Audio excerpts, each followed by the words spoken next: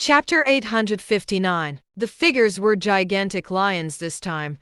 Just like the tiger, they were massive in size and were clearly evolved feral beasts. The lions' bodies lit up with spiritual flames as they pounced, the flames crawling with runes and terrifying power that could rival that of an ambience-level cultivator. The crowd watched on nervously, but Sheldon merely let out a cry and a spiritual shield appeared in front of him. The shield was about the same height as Sheldon himself, flashing with runes and emitting a powerful spiritual energy. Sheldon leaped into the air, swinging the spiritual shield toward the lions. With a loud thump, one of the lions collapsed to the ground. Gobu drew various runes with his hands, casting a high-level chain thunder spell. The thunder rang loudly with a blinding glow, striking down the remaining two lions. A cutlass appeared in Cax's hands, and he brought it down on the two lions. Within a few strokes, both lions had been cut to pieces. These powerful beasts had been taken down in a matter of seconds. The crowd broke out into cheers.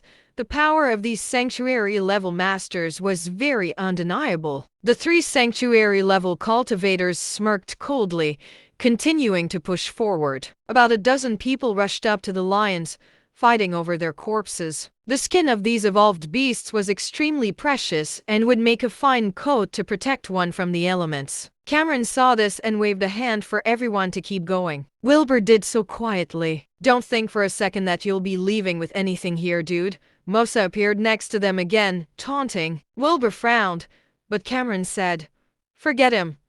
Let's just focus on what we're after." The four of them kept on going. The fog in the Valley of Death was so thick that it made it hard to see, and everyone followed behind the three masters carefully, terrified of a spirit beast that might appear out of nowhere. Wilbur could not expand his spirit energy much, but he could sense a faint aura of something deeply terrifying and dangerous. That was normal too. Any place with treasure would be guarded by beasts for sure. This beast Wilbur was sensing, however, was far more powerful than a sanctuary-level cultivator. Wilbur did not bring it up, as he did not really like his company anyway. Just like that, everyone walked on for a few more miles as the fog in the air only grew thicker until their visibility was limited somewhere around 10 meters. Some people were already starting to get scared, not daring to go on. A series of thunder rumbled from the dark clouds in the sky, making them jump. Just then, Wilbur stopped Cameron with a frown. "Let's give up." "What? Why?" asked Cameron. "It's dangerous in front." "Nothing's appeared yet though. Besides, we have three sanctuary-level masters in front of us," Dawson added. Just then, a deep growl could be heard further ahead in the Valley of Death. Even the dark clouds in the sky were scattered by the growl. The crowd was shocked by the sight. At the same time, more growls could be heard, seemingly in response to that initial growl. That was followed by the thunderous sounds of a stampede. "Oh my goodness! How many of them are there?"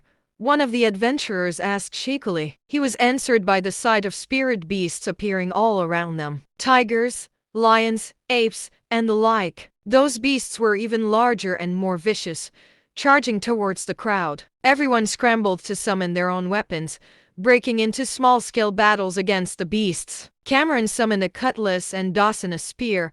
Meanwhile, Wilbur brought out his thunder cleaver. The three men formed a circle with Catherine in the middle. Two feral beasts had pounced over in no time. Cameron let out a cry and swung his weapon down. The blade of his cutlass struck the body of the beast but resulted in a clanging sound of hitting metal. All that could be seen on the beast's body was a mere faint cut. Meanwhile, Cameron was knocked several steps backward.